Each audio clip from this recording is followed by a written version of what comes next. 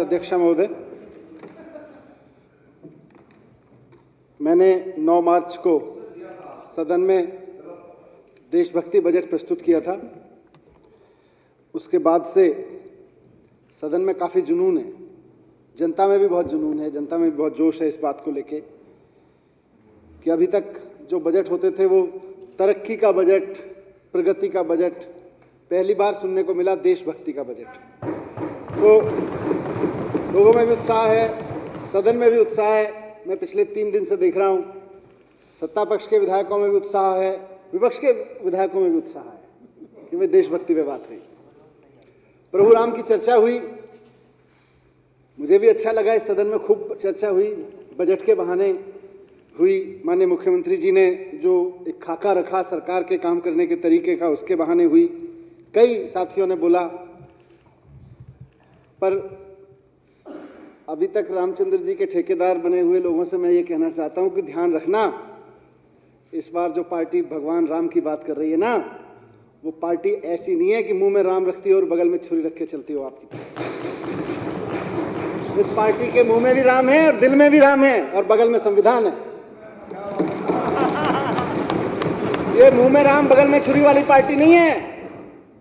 हम जब राम की बात करते हैं तो बगल में छुरी नहीं, संविधान दिखा के चलते हैं और दिल में राम लेके चलते हैं, और मुंह में तो है ही। तो इसलिए ध्यान रखना, इस बार वास्ता ऐसी पार्टी से है आपका। अध्यक्ष महोदय, कई बातें हुई। मैं सभी मान्य सदस्यों का बहुत आभार करना चाहता हूं जिन्होंने इस चर्चा में भाग लिया। जिनको अवसर नहीं मिला, मैं निश्चित रूप से जैसे जैसे काम आगे बढ़ेगा उनके भी फीडबैक लगातार लेता रहूँगा। और यहाँ हुई चर्चा में जितने बिंदु उठाए गए, जो सुझाव दिए गए, जाहिर है लोकतंत्र में इस चर्चा का महत्व इसीलिए है क्योंकि जितने बिंदु आए हैं उनमें कहीं ना कहीं हमें अपने कार्यक्रमों को और सुदृढ़ करने का अवसर मिलेगा, उनको और मजबूती से लागू करने का अवसर मिलेगा। मैं यहाँ पे देख रहा था कि देशभक्ति पे खूब चर्चा हुई। विपक्ष के साथियों ने भी कहा कि भाई अच्छा लगा देशभक्ति पे बात की। विपक्ष के उस साथियों ने कहा कि अच्छा हुआ आप हमारे राह पे आए, बढ़िया बात है। हमारे लिए तो अध्यक्ष महोदय दिल्ली की तरक्की ही देशभक्ति है। हमारे लिए तो दिल्ली वाले की तरक्की ही देशभक्ति है। हर दिल्ली वाले की तरक्की हमारे लिए देशभक्ति है। पहली बार हम अपने बजट में देशभक्ति का इस तरह का पूरा ब्यौरा लेके आए हैं। काम तो उसी पे कर रहे हैं पिछले 6 साल से। लोग कह रहे हैं कि ये देशभक्तों की पार्टी और इनके नेता देशभक्त अरविंद केजरीवाल जी के होते ये विजन संभव था, वरना तो मुश्किल था। माननीय मुख्यमंत्री अरविंद केजरीवाल जी के विजन में पढ़ना देशभक्ति है और पढ़ाना देशभक्ति है। स्कूल खुलवाना देशभक्ति है, कॉलेज खुलवाना देशभक्ति है, अच्छे सरकारी अस्पताल बनवाना देशभक्ति है, मोहल्ला क्लिनिक बनवाना देशभक्ति है, महिलाओं के लिए मोहल्ला क्लिनिक बनवाना देशभक्ति है। अरविंद केजरीवाल जी के मिशन में देश में तिरंगा, दिल्ली में तिरंगा लहराना भी देशभक्ति है और उस तिरंगे के नीचे खड़े हुए एक एक आदमी को मान सम्मान देना भी देशभक्ति है। हर भारतीय को, भारत देश के हर नागरिक को जो तिरंगे के साए में खड़ा है उसको बराबर का मान सम्मान देना हमारे लिए देशभक्ति है। और तिरंगा फहराना भी हमारे लिए देशभक्ति है। किसी को छोटा बड़ा समझना हमारे लिए देशभक्ति नहीं है, सबको बराबर समझना हमारे लिए देशभक्ति है। सबको अच्छा बिजली पानी मिले, सबसे सस्ता बिजली पानी मिले, यह हमारे लिए देशभक्ति है। बुजुर्गों को तीर्थ यात्रा पे लेके जाएं, ये भी हमारे लिए देशभक्ति है। हम अपने बच्चों को खूब पढ़ाएं, महिलाओं के स्वास्थ्य का सबका ध्यान रखें और दिल्ली की सड़कों को साफ रखें, ये भी हमारे लिए देशभक्ति है। हमारे लिए दिल्ली का व्यापारी फले फूले, ये भी देशभक्ति है। दिल्ली के युवाओं को रोजगार मिले, ये भी हमारे लिए देशभक्ति है। हमारे लिए ये भी देशभक्ति है कि हमारे कलाकारों को सम्मान मिले और जिन्हें कुदरत ने, जिन्हें कानून, मुख्यमंत्री जी कहते हैं बार बार कि जिनको कुदरत से कम मिला हो उनको कानून ज्यादा दे दे, ये भी हमारे लिए देशभक्ति है। अध्यक्ष महोदय, विधानसभा में चर्चा हुई। मुझे खुशी है कि देशभक्ति के इस विजन पर हमारे विपक्ष के साथियों ने भी प्रक्रियाएं दी, प्रतिक्रियाएं दी। कल इन्होंने कहा कि बड़ा अच्छा किया हमारे रास्ते पे आए। नहीं साहब, हम तो हाथ जोड़ के कहते हैं आपका रास्ता बड़ा खतरनाक है, हम आपके रास्ते पे बहुत खतरनाक रास्ता है, बेहद खतरनाक, देश के लिए खतरनाक रास्ता है। आप देशभक्ति की बात तो करते हो, जिस रास्ते पे आप चल रहे हो उस रास्ते पे चलते हुए आप देशभक्ति की बात तो करते हो, लेकिन पूरे देश की राजधानी को पिछले 15 साल में आपको चलाने का मौका मिला है, एमसीडी की सत्ता। आप बात तो देशभक्ति की करते हो, लेकिन व्यवस्था कूड़ा चलाते हो। हम आपके रास्ते पे नहीं चलना चाहते। पिछले 15 साल में दिल्ली में जितना कूड़ा फैलाया है, हम उस रास्ते पे नहीं चलना चाहते। हमको दिल्ली की जनता ने जिस काम को करने के मौका लिया है, हम उसमें ईमानदारी से काम करना चाहते हैं और कुछ करके दिखाना चाहते हैं। ये हमारी देशभक्ति, हम कूड़ा फैलाने की देशभक्ति नहीं चाहते हैं। अध्यक्ष महोदय, ये बात तो देशभक्ति की करते हैं, लेकिन पिछले 15 साल में दिल्ली नगर निगम में एक भी नगर निगम का ऐसा स्कूल नहीं है, एक भी, जिसके बारे में ये दावे से कह सकें कि हमारे नगर निगम के फलाने स्कूल में 5वीं क्लास में पढ़ने वाला बच्चा दूसरी क्लास की भी टेक्स्ट बुक ठीक से पढ़ सकता है। यह इनकी देशभक्ति है। 5वीं क्लास के बच्चे को 5 साल खा जाते हैं एक बच्चे का, और 5वीं क्लास में जब बच्चा पढ़ने पढ़ते पहुंचता है प्रमोट होके, तो उसको दूसरी क्लास की टेक्स्ट बुक नहीं आती। ये आपका रास्ता है, ये आपको मुबारक हो, हमें ये रास्ता नहीं चाहिए। हमारी देशभक्ति ऐसी नहीं, हम बिल्कुल ऐसी देशभक्ति नहीं करना चाहते हैं। अध्यक्ष महोदय, हमारी देशभक्ति तो बच्चों को क्वालिटी एजुकेशन देने की देशभक्ति है। हमारी देशभक्ति तो इस बात की देशभक्ति है, हम तो उस रास्ते पे चलना चाहते हैं जिसमें देश के एक एक बच्चे को क्वालिटी एजुकेशन मिले। सारे नेता अपने बच्चों को प्राइवेट स्कूल में पढ़ा लेते हैं, गरीब बच्चे को नगर निगम में पढ़ाते हैं और कहते हैं इनका क्या, ये तो पढ़ जाएंगे तो सवाल पूछने लगेंगे। मुख्यमंत्री जी ने कहा इनका रास्ता ये, हम इस रास्ते पे नहीं चलेंगे। अध्यक्ष महोदय, इन्होंने कहा था आप देशभक्ति की बात करते हो, आप सिर्फ बात करते हो। उस भारत माता का एक बेटा जिसके भारत माता की जय आप कह के कहते हो कि हम देशभक्त हैं, जोर से जब भारत माता की जय का नारा लगा के आप कहते हो हम देशभक्त हो गए हैं, उस भारत माता का बेटा किसान अगर आपसे दिल्ली की सत्ता में कुछ कहने आता है तो आप उसको दिल्ली की सत्ता में पहुंचने से पहले बॉर्डर पे कीलें ठुकवा देते हो उसके रास्ते में और कहते हो हम देशभक्त हैं। आप किसानों का रास्ता रोकने के लिए नुकीली ऐसी कीलें खड़ा कर उसके फोटो खिंचवा के दहशत फैलाते हो। ऐसे लगता है जैसे किसान मिलने नहीं आ रहा है, दुश्मन देश चढ़ाई करने आ रहा है। आप किसानों से मिलने से रुकने के लिए, किसानों से सवालों से बचने के लिए उनके रास्ते में कीलें ठुकवाते हो और आप कहते हो देशभक्त हो। आपको ऐसा रास्ता मुबारक हो, हमको नहीं चाहिए ऐसा रास्ता। आपने कहा, आप अपने शब्दों को करेक्ट कर लीजिएगा, हम आपके रास्ते पे नहीं आ रहे। हमको नहीं चाहिए कि किसान को देशद्रोही कहा जाए। जिस किसान का बेटा बॉर्डर पे जवान बन के बैठा हुआ है, आप देशभक्ति की बात तो करते हैं। ये कहते तो हैं कि मोदी जी फौजी की ड्रेस पहन के पहुंच गए थे तो चीन पीछे हट गया, मोदी जी ने ये कर दिया था, मोदी जी ने वो कर दिया था। कहते तो हैं, उस जवान की शहादत का, उस जवान की बहादुरी का क्रेडिट तो लेते हैं, लेकिन वो बेटा, उस किसान का वो जवान बेटा अगर खड़ा होके वर्दी पहन के ये कह दे कि मुझे फौज में जो दाल मिल रही है उस दाल में पानी ज्यादा है और दाल कम है, उसे पागल करार दे देते हैं और उसको नौकरी से निकाल देते हैं ये लोग। ऐसी देशभक्ति आपको मुबारक हो, हमें और हमारे देश को ऐसी देशभक्ति नहीं चाहिए। देशभक्त कहते हैं अपने आप को। जवानों के काम का क्रेडिट लेते हुए शर्म नहीं आती? जिस जवान ने यह कहा कि मुझे दाल नहीं मिल रही है, दाल के बदले पीने का पानी मिल रहा है, उसको पागल करार दे दिया इन लोगों ने और उसको नौकरी से निकाल दिया इन लोगों ने।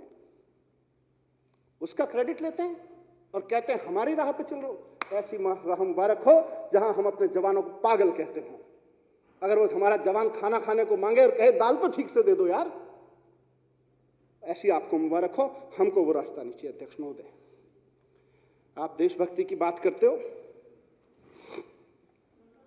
आपको जहां भी, बैठिए विजेंद्र गुप्ता जी बैठो, आपको जहां भी पूरे देश में, अध्यक्ष महोदय, अध्यक्ष महोदय, इन मिलावटी देशभक्तों को जहां भी सरकार चलाने का मौका मिला है, जिस राज्य में भी सरकार चलाने का मौका मिला है, इन्होंने बिजली कंपनियों से पैसा खा खा के वहां के आम आदमी के बिल इतने महंगे कर दिए हैं कि वो खून के आंसू रोने पे मजबूर है। इसको ये अपना रास्ता कहते हैं, इसको इनकी देशभक्ति है। आज हम जिस बात की बात कर रहे हैं, हमारा रास्ता यह है कि दिल्ली के हर आदमी को, वो चाहे कितना ही भी गरीब हो, उसके घर में कम से कम एक चिराग तो रोशन हो सके, एक बल्ब तो जल सके। ये हमारी देशभक्ति है। एक आदमी अपने घर में बल्ब जलाने के लिए 2-2 हजार 4-4 हजार रुपए का मासिक बिल चुका है। ये आपका रास्ता है, आपको मुबारक हो, हमको नहीं चाहिए ये रास्ता, हम नहीं चलेंगे इस रास्ते पर। अध्यक्ष महोदय, बड़ी देशभक्ति की बात करते हैं, हमें तो खुशी है। अरे आप भी देशभक्ति करो, हम भी देशभक्ति की बात करें। कांग्रेस वहां बेत्ता में बैठी है, बंगाल में जो पार्टी बैठी है, सारे देशभक्ति की बात करें, देश का कल्याण होगा। लेकिन कम से कम देशभक्ति की बात तो करो। देशभक्ति का मतलब क्या हुआ, उसको तो बात करो। आप नारे जोर से लगाते हो और बगल में छुरी रखते हो और अपने आप को देशभक्त कहते हो। रुक जाइए दीदी, अपने आप निपट लेगी, आपसे चिंता मत करो, सक्षम है, खेला कर देगी वो। अध्यक्ष महोदय, एक मिनट सुन लीजिए।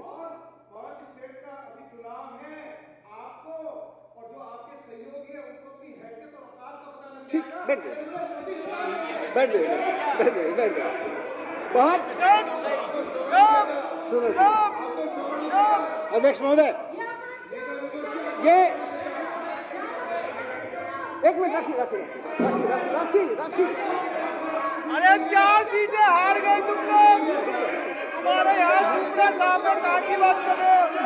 तुम्हारे यहाँ सुप्रा साहब। अध्यक्ष महोदय, सुप्रा साहब कर दिया अध्यक्ष महोदय, राखी। अरे मुझे पाकिस्तानी बोला गया। अध्यक्ष महोदय, आप लोग तो मुझे भी क्या देशभक्ति की बात करेंगे? अध्यक्ष महोदय,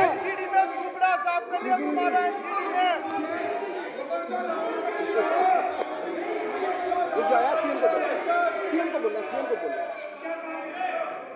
अध्यक्ष महोदय, राखी नहीं, छोड़ दीजिए, निपट लेंगे अपने आप। अध्यक्ष महोदय, अच्छी तरह से जानते हैं। ये अपने बच्चों को, हम अपने बच्चों को अच्छी शिक्षा को देशभक्ति कहते हैं। अध्यक्ष महोदय, हम अपने बच्चों को, हमारा सुप्रा साहब, अध्यक्ष महोदय, आपको खूब मौका मिला, बैठिए नीचे। बैठ जाओ। ये गलत अध्यक्ष महोदय, तरीका गलत है। बैठिए प्लीज। सुप्रा साहब किया, सच्चाई तुमसे झिल्ली बिजली है। आज आप भी सच्चाई बैठ जाइए। अध्यक्ष महोदय, हम तुमसे।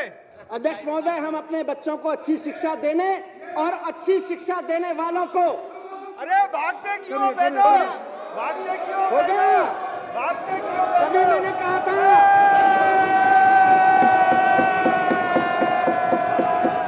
भारत माता की।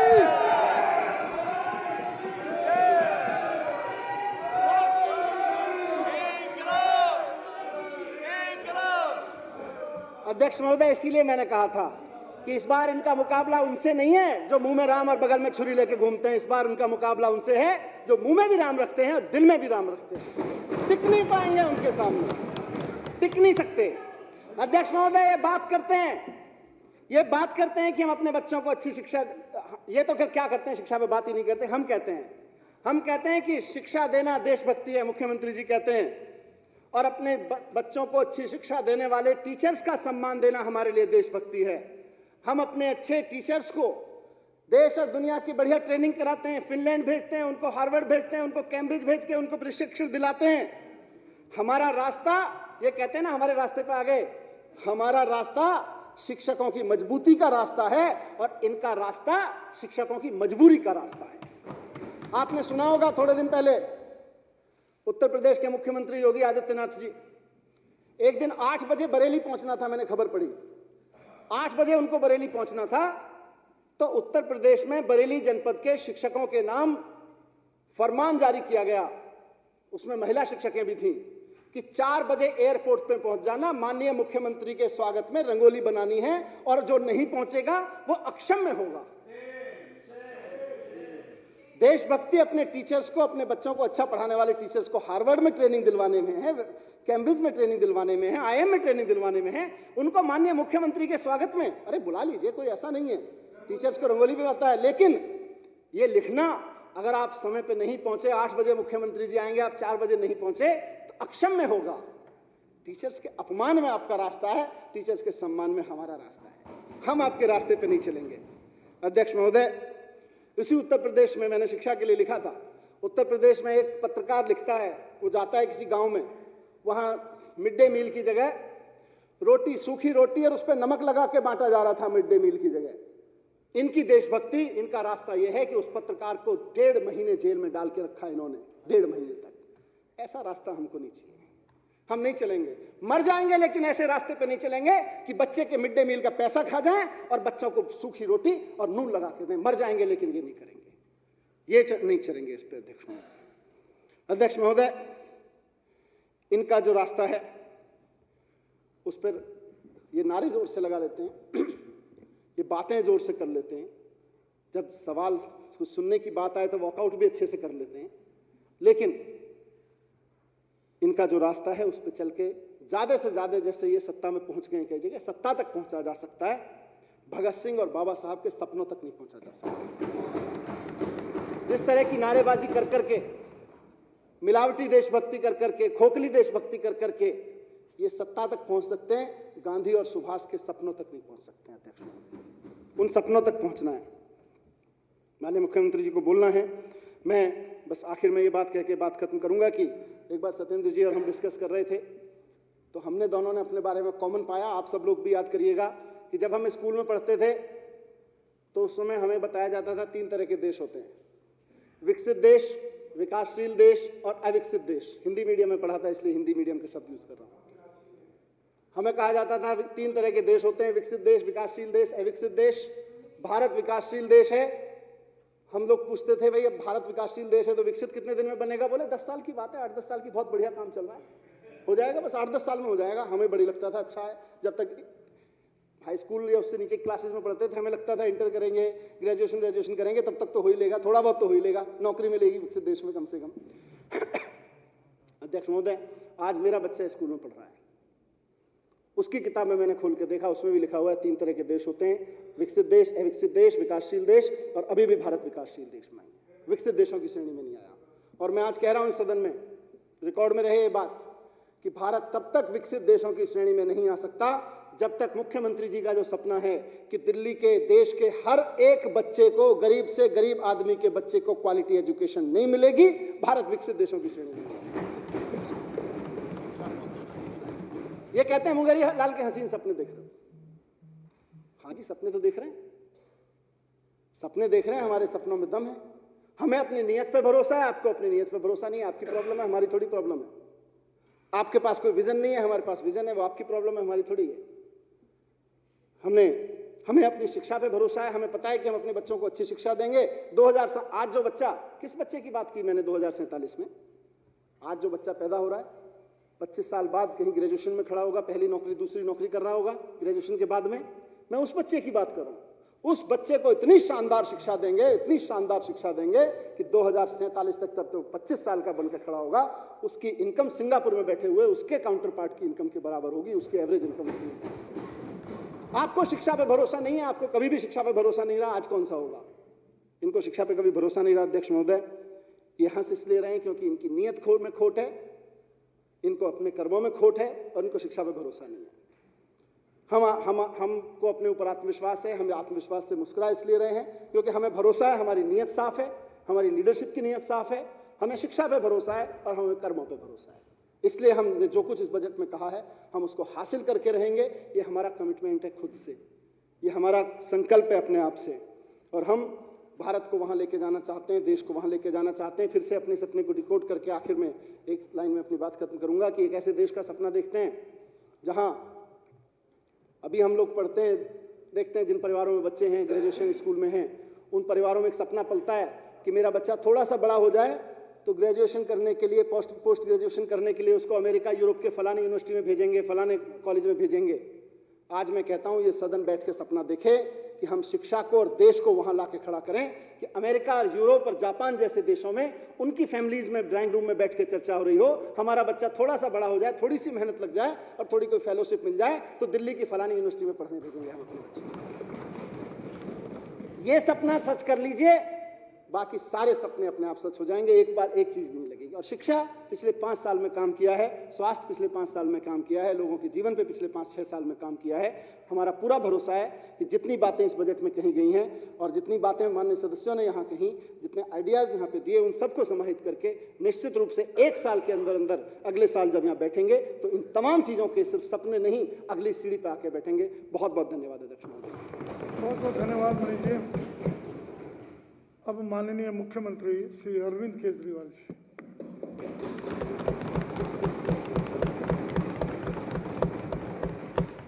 अध्यक्ष महोदय, सबसे पहले इतनी कठिन परिस्थितियों में पिछले 1 साल से जो देश भर में, दिल्ली में इतनी कठिन परिस्थितियां रहीं, उसमें इतना शानदार बजट प्रस्तुत करने के लिए मैं वित्त मंत्री जी को बहुत बहुत दिल से बधाई देना चाहता हूँ। पूरे दिल्ली के लोगों की तरफ से बधाई देना चाहता हूँ कि उन इतना शानदार बजट, इतना बैलेंस करके बजट प्रस्तुत किया गया। जैसा हम जानते हैं पिछले 1 साल में स्थितियाँ बहुत ख़राब रही, जनता काफ़ी तकलीफ़ में थी, लोगों के धंधे बंद हो गए थे, फैक्ट्रियाँ बंद हो गई थी, दुकानें बंद हो गई थी, जिसकी वजह से एक तरफ सरकारी रेवेन्यू टैक्स आना बंद हो गया और दूसरी तरफ सरकारी खर्चे बहुत ज़्यादा बढ़ गए, क्योंकि जिम्मेदार सरकार होने के नाते हमें लोगों के लिए जगह जगह तरह तरह की सुविधाओं का इंतज़ाम करना पड़ा।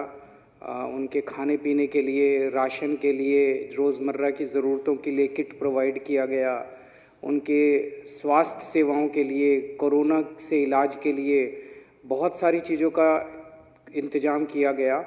तो खर्चे सरकार के बहुत ज़्यादा बढ़ गए, लेकिन इनकम लगभग ख़त्म हो गई और उसके बावजूद सरकार ने इतना अच्छा बजट पेश किया। इसके लिए मैं वित्त मंत्री जी को बधाई देता हूँ।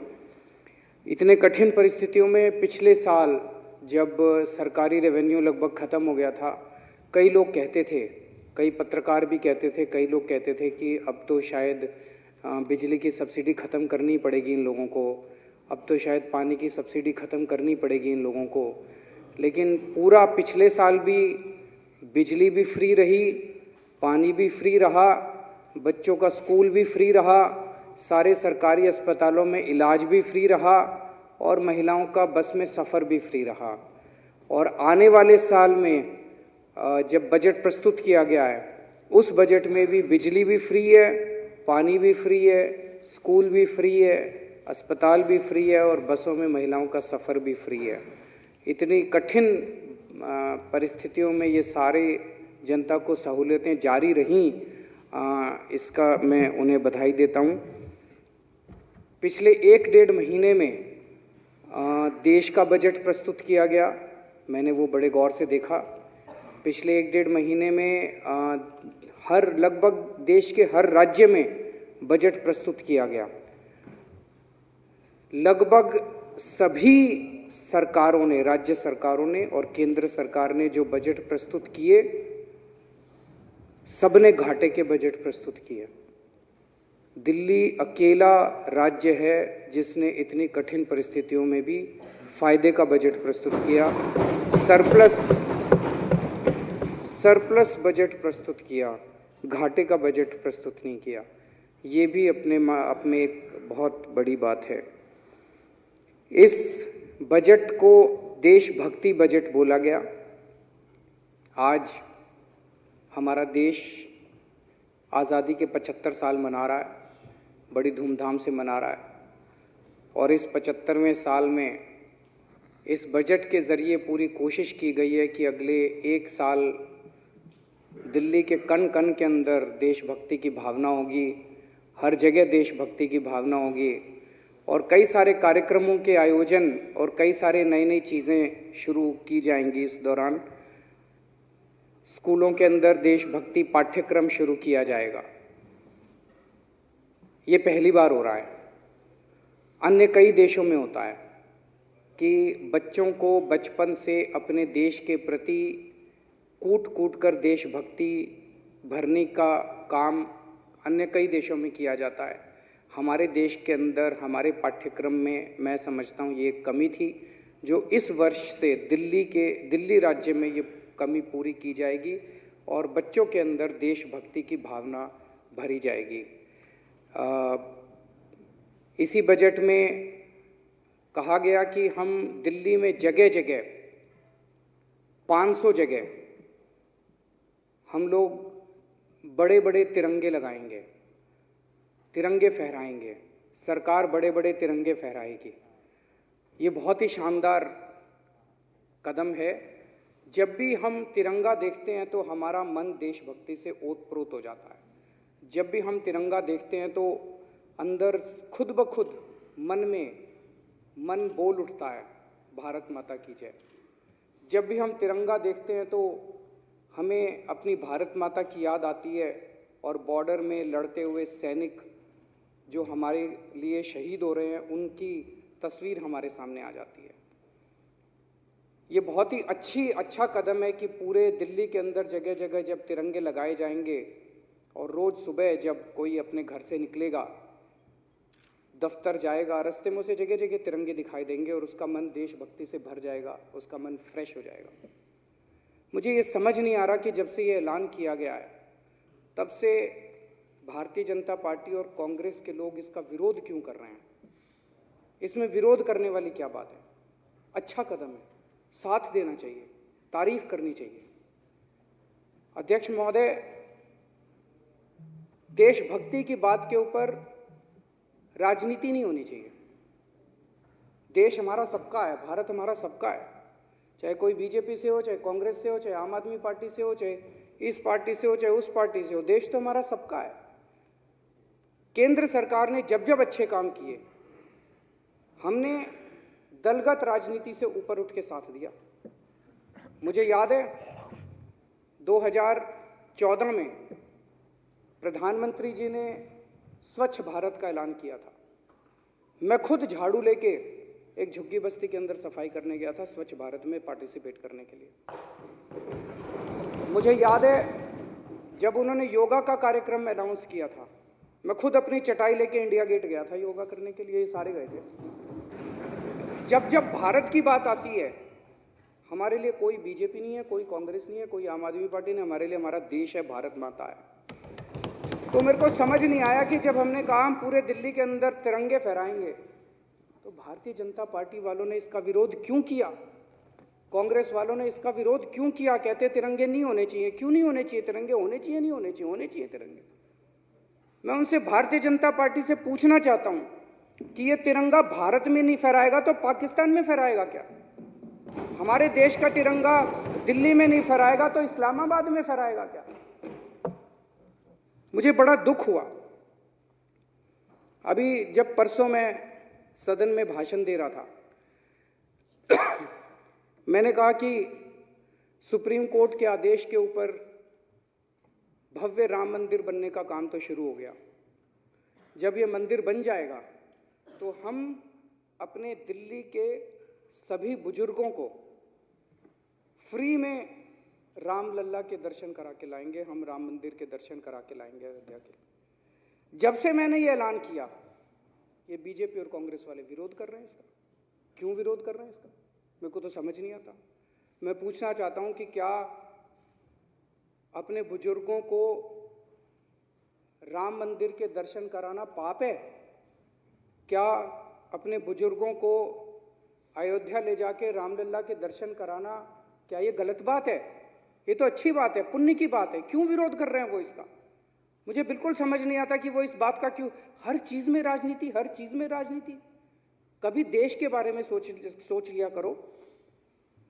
मुझे बेहद खुशी है कि इस बजट के अंदर हमने अपने लोगों के सुबह सुबह योगा करने की भी व्यवस्था की है।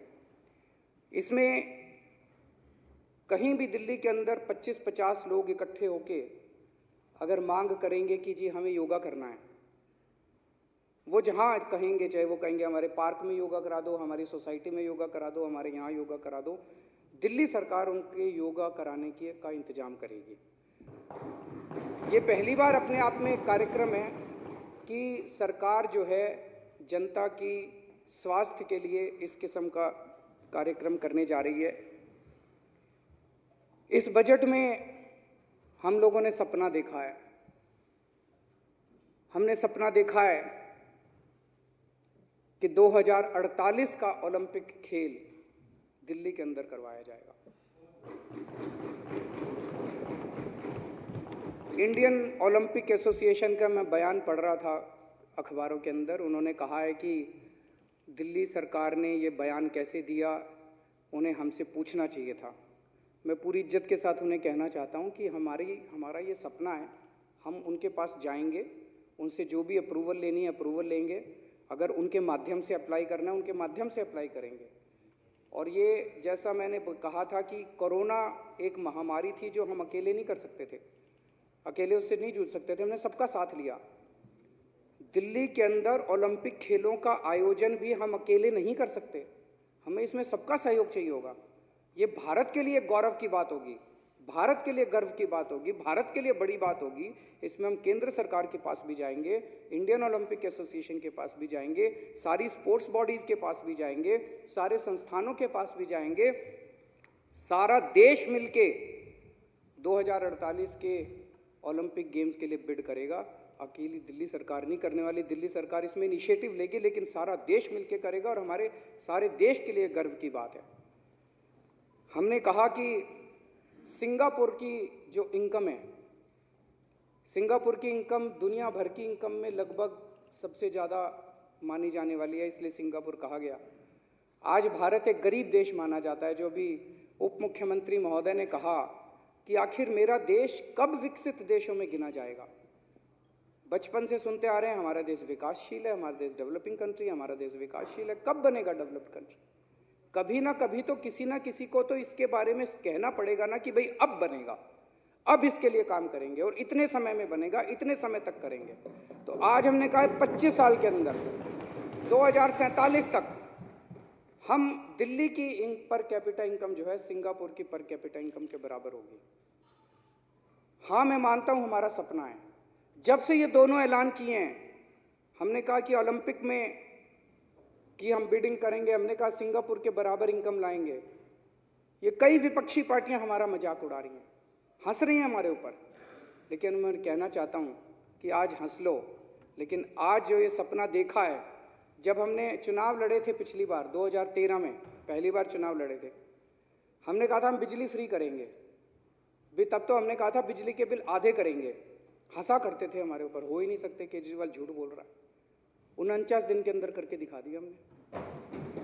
हमने कहा था सरकारी स्कूल अच्छे करेंगे, ये कहते थे हो ही नहीं सकते सरकारी स्कूल अच्छे, 5 साल में करके दिखा दिया। हमने कहा था सरकारी अस्पताल अच्छे करेंगे, कहते थे हो ही नहीं सकते, हमने करके दिखा दिए। आज हम कह रहे हैं कि 2048 का दिल्ली के अंदर ओलंपिक खेल होगा। ये मजाक उड़ा रहे हैं, करके दिखाएंगे। ये देश करके दिखाएगा। इस देश पे भरोसा रखो, देश के लोगों पे भरोसा रखो। आज हम कह रहे हैं कि 2047 तक 100 साल हो जाएंगे आज़ादी के, 25 साल बचे हैं। 25 साल के अंदर ये देश, हमारा देश विकसित होगा। हाँ, हमने सपना देखा है और इस देश के लोग इस सपने को पूरा करके दिखाएंगे। तो अध्यक्ष महोदय, ये जो बजट है मैं इसका पूरा समर्थन करता हूं और फिर से वित्त मंत्री महोदय को बधाई देता हूं।